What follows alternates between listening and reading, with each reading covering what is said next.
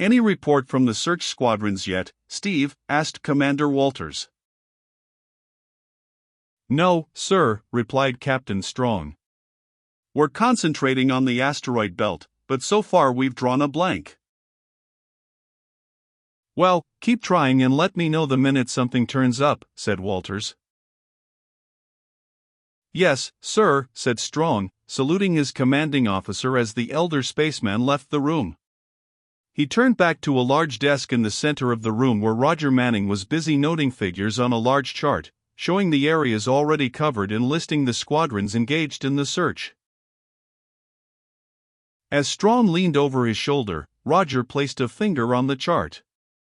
Squadron 10 has just completed a search of all asteroids in their assigned area, he said, then added laconically, nothing. Strong studied the chart a moment. Well, we'll have to keep it up, he said. It's the only way we'll find them. A systematic search of the belt from end one to the other. He paused and then muttered, only one thing I'm worried about. What's that, sir? Asked Roger. That when we do find them, it'll be too late to help Tom. You really think he's aboard Coxine's ship, Captain Strong? Couldn't be anywhere else, answered Strong. And he'll be trying to signal us, you can bet on that. Keep me posted on all radar contacts made by the search squadrons. I want a continuous six-way radar sweep by every ship. Yes, sir, said Roger. One more thing, said Strong, tell Astro to get the Polaris ready to blast off. And you make sure your radar bridge is in A1 condition. Are we blasting off, sir? Asked Roger. Every ship we can get into space will give us a better chance of finding Coxine and his crew. Now that we've got the search fully underway, there's no need to hang around here any longer. Glad to hear it, sir, replied Roger. I was getting a little itchy to hunt for those crawlers myself. And Astro can hardly keep still. Strong smiled. Don't worry, we'll find Tom, he said. Wherever he is, you can bet he's taking care of himself and doing a good job for the Solar Guard. Roger's eyes twinkled. Oh, I wasn't so worried about Tom as I was Astro, sir. He'll be pretty mad if there isn't anything left of Coxine to pay him back for slugging him. Strong rubbed his head and said grimly, Astro's not the only one. The blonde-haired cadet left the room, and Strong wearily turned back to study the chart of the search in the asteroid belt. Immediately upon arrival at Space Academy, 2 days before, Strong had been placed in charge of the search by Commander Walters. The attack on the prison asteroid and the escape of the prisoners had created the biggest sensation in his life. From one end of the Solar Alliance to the other, the Visionews and the stereos were full of the attack and escape details, with Strong's name appearing often in the headlines and news flashes. To search the asteroid belt had been his suggestion, and while he could offer no proof, he believed the attacking ship had been commanded by Wallace and Sims. Speaking only to Commander Walters, Strong had received permission to combine the search for Wallace and Sims with the new hunt for Coxine. Strong was convinced that Coxine was behind the activity of Wallace and Sims, from the beginning at the Solar Exposition to the present. Strong looked at his watch. It was past midnight. He flipped a switch and paged Lieutenant Moore on the central communicators. In a few moments the young officer appeared and saluted smartly. "Take over here, Moore," said Strong. "I'm going to sack in for a little rest and then take the Polaris out. I'll be in constant contact with you and will direct search operations from the Polaris. You stand by here and relay all reports. We'll use code VISTA for all contacts." "Yes, sir," said Moore. "Shall I work up charts like that one?" He pointed to the chart left by Roger. Statistics here at the Academy will handle that, replied Strong. Just shoot the information down to them as you receive it. And you'd better get someone else up here to help you. You'll be here a long time. Moore saluted and Strong walked wearily from the room. There wasn't any need for cleverness now, thought the Solar Guard captain. When we catch Coxine, he'll fight. And when he fights, that will be the end of him. He went to his quarters and in 30 seconds was asleep. Radar bridge to control deck. A voice crackled over the intercom aboard the newly named pirate ship, Avenger. Hello, control deck. Come in. Yeah, roared Bull Coxine. What do you want? Picked up a blip on the radar, Captain, replied the radar officer. Looks to me like the jetliner from Mars to Venus. Relay the pickup to the control deck scanner and let me take a look at it, ordered Coxine. In a moment the big pirate was studying the scanner carefully. Wallace and Sims stood to one side. Coxine turned and looked at them with a hard glint in his eyes. That's the jetliner, all right. He rubbed the palms of his huge hands together and smiled thinly. It looks like we're in business. Wallace stepped forward. You mean, you're going to? I'll tell you what I mean, snapped Coxine, when I want you to know it. He turned to the intercom and began to bawl orders into the microphone. All hands. Stand by your stations for attack. There was an answering roar of approval from the crew. We're making our first strike, you space crawlers. A jetliner from Mars to Venus. There'll be lots of fancy things aboard her. Things the Solar Guard wouldn't give you on the Rock. There was another roar over the loudspeaker. But the first man that takes anything but what I tell him will find himself on the wrong end of two big fists. We're closing in, Captain, interrupted the voice from the radar bridge. The angle of approach is in our favor. I don't think they've seen us yet. Keep watching her, Joe, replied Coxine, and turned to his two henchmen on the control deck. You, Wallace. Take number 1 jet boat. Russell, Stevens, Attardi, and Harris. Each man will take a paralo ray pistol and rifle. Report to your boat when I give the order. There was a pause as the men named scurried to their stations. Coxine continued, the following men will come with me in boat number 2. Shelley, Martin, and the Space Kid. The rest of you man the forward and aft blasters. But no one fires until Lieutenant Sims gives the order. He turned to Sims and stared at the man coldly. I'll be in contact with you all the time. You'll fire when I say to fire, and not before. Is that clear? Sims nodded. Range 50,000 yards to liner, Captain, reported the radar bridge. I think she's sighted us. Forward turret, roared Coxine. Put a blast across her bow just to show how friendly we are. Aye, sir, acknowledged a voice from the gun turret. In the turret, Tom listened to the orders to attack the helpless spaceship with mounting anxiety. If he could only plant the signal on the Avenger before going to the liner, he might be able to remain aboard the passenger ship and escape.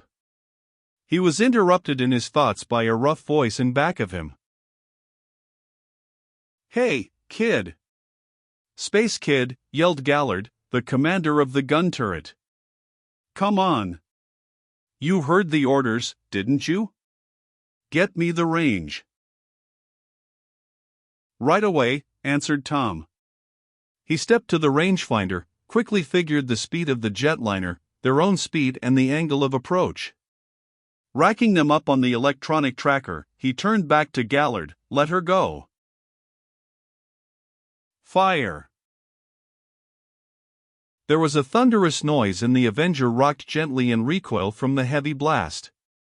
Tom quickly sighted on the rangefinder and saw a ball of light flash brilliantly in front of the passenger ship. He breathed a sigh of relief. He had to keep up his avowed reputation of being a crack marksman and at the same time could not damage the unarmed passenger ship. The shot had been perfect. "Good shooting, kid," roared Coxine from the control deck. "Thanks, Skipper," said Tom, aware that he had not called Coxine captain, but knowing that his earlier speech to the giant pirate had earned him a certain amount of respect.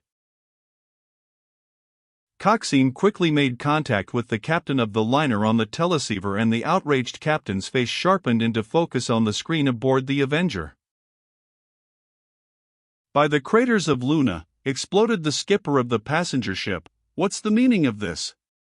There are women and children aboard this vessel." Coxine smiled thinly. "My name's Bull Coxine, master of the vessel Avenger. One funny move out of you and I'll blast your ship into protons. Stand by for a boarding party." "Captain! Captain!" the radar operator's voice screamed over the control deck loudspeaker. "They're trying to send out a signal to the solar guard." "They are, huh?" roared Coxine. "Forward turret, check in." "Turret, aye," reported Tom. He had been left alone while Gallard issued small arms to the boarding parties. "Listen, kid," roared Coxine. "You said you're a good shot. Right now is the time to prove it. Blast away her audio antenna." Tom gulped. At a range of 50,000 yards, the antenna, a thick piece of steel cable, might as well have been a needle to hit. "Right, Skipper," he finally replied. "I'll show you some of the fanciest shooting you'll ever see in your life." He turned back to the rangefinder, his mind racing like a calculating machine. He figured the angles of the two ships, considering that the jetliner was a dead ship in space and the Avenger still underway, but slowing down at a specific rate of deceleration. He rechecked his figure a third and fourth time, correcting his calculations each time with the forward movement of the Avenger. If he misjudged a fraction of a degree, he might kill or injure hundreds of people aboard the passenger vessel.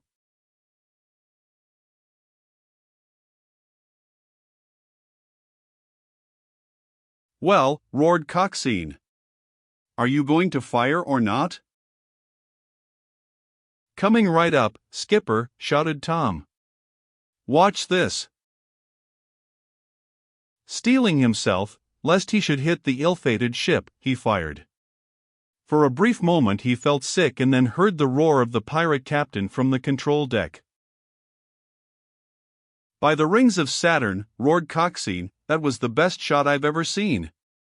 Well done, kid. All right, boarding crews.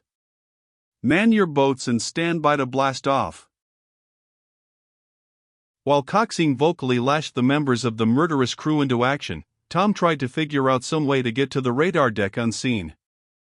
Being assigned to the jet boat with Coxine, instead of Wallace, had been a lucky break and Tom wished for a little more of the same. Lining up with his boarding crew, he received his paralo ray pistol and rifle from Gallard, deftly stealing a second pistol while the gunnery officer's back was turned. After hurriedly hiding the stolen gun, he slipped stealthily topside to the radar bridge. Reaching the hatch, he was about to open it when he heard footsteps. He turned and saw a man walking toward him. It was Sims. "Where in the blasted universe is the jet boat deck?" snarled Tom. He dropped his rifle on the deck and bent over to pick it up, hiding his face. "You're on the wrong deck," said Sims. "2 decks below. Get moving." The pirate lieutenant hardly gave the cadet a glance as he brushed past and entered the radar bridge. Tom caught a fleeting glimpse of the interior. His heart jumped. The bridge was exactly like the one on the Polaris. Though annoyed that his chance had slipped past, Tom was thankful to learn that the communications equipment was thoroughly familiar.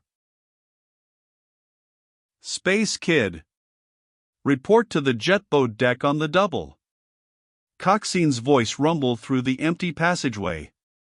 Tom dashed down the nearest ladder and hurried to the jetboat deck where the pirate captain waited impatiently.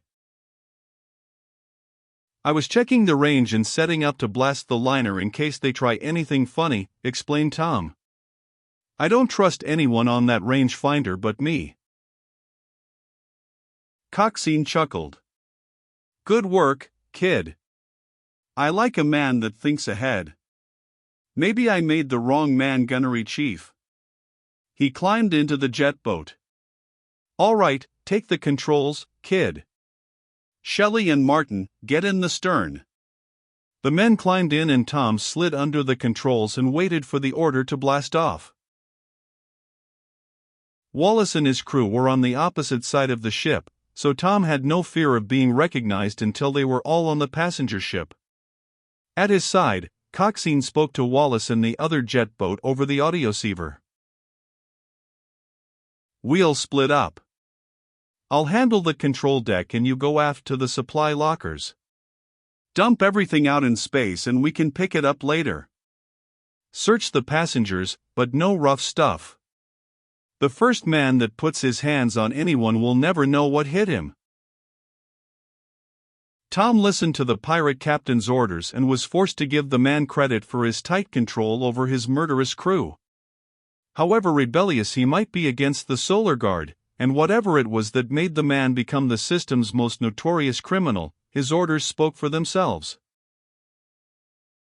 "All right, kid," roared Coxine, "blast off." Tom pressed the control pedal at his foot and the small ship shot out into the black void of space. Ahead of them, thousands of yards away, he could see the gleaming passenger ship. In a few moments the two jet boats were braking their jets and drifting to a stop inside the catapult deck of the luxurious liner. Almost before Tom had stopped the small craft, Coxine was out of the boat waving his paralo ray pistols at a cluster of frightened merchant spacemen. "Back inside," he snarled. "Kid. Shelley. Cover me. We're going to the control deck. Martin, you stay here with the jet boat." Coxine marched straight through the ship, head up, eyes straight ahead, while behind him, Tom and Shelley swept the luxurious lounges with their ray rifles, ready to fire on any who dared resist. They marched past the frightened passengers, climbed a flight of carpeted stairs to the next deck, and entered the control room. The liner's captain, a tall, thin man with graying hair, stood waiting beside the control panel, his eyes flashing angrily. A half-dozen junior officers stood stiffly in back of him. Coxine stepped up to the elderly officer and laughed good-naturedly. "No one will be hurt, Skipper. I just want a few things for my men." He paused and glanced at the ship's vault. "And whatever you have in there." "I'll live to see the day when you're caught and sent to the prison asteroid for this," snorted the captain. "Don't make me laugh, Skipper," said Coxine lightly. "The Solar Guard will have to build a new one for me. Don't think there's much left of the old one." "Then it was you. You're responsible for the attack on the asteroid." Coxine just smiled and turned to Tom and Shelley. "Watch these crawlers closely, now. I'm going to open the vault." Tom stared at the ship's officers, hoping to catch the eye of one of them, but they were all watching Coxine. The pirate captain pulled a thin rod about 2 feet long, with a switch on one end, from his jacket. He walked to the solid titanium door of the vault and inserted the rod into a small hole, pressing the switch at the end of the rod carefully several times. He stepped back and inserted it in another hole in the face of the door and repeated the procedure. Putting the key back in his jacket, he grabbed the handle of the massive door. It swung open at his touch. The captain of the liner and officers gasped in amazement. Working quickly, Coxine crammed the thick bundles of credit notes and passengers' valuables into a bag. At last he straightened up, and facing the unbelieving officer again, he tossed them a mocking salute. He nodded to Tom and Shelley and walked out of the control room without another word. Shelley and Tom quickly followed the giant spaceman back to the jetboat deck, where Wallace was just returning from his own operations. Wallace made a circle out of his fingers to Coxine and the giant pirate nodded. "Let's get out of here," he ordered. "Aren't you afraid they'll try to stop you, Skipper?" asked Tom. Coxine laughed. "Just let them try. I never met a man yet that had the nerve to pull the trigger of a parala ray gun while my back was turned." Tom gulped and wondered if he would have the nerve to fire on the spaceman. He thought about it a moment and decided that he would take any chance that came along, if he could outwit the criminal. When the time came, he would risk his life to stop Coxine.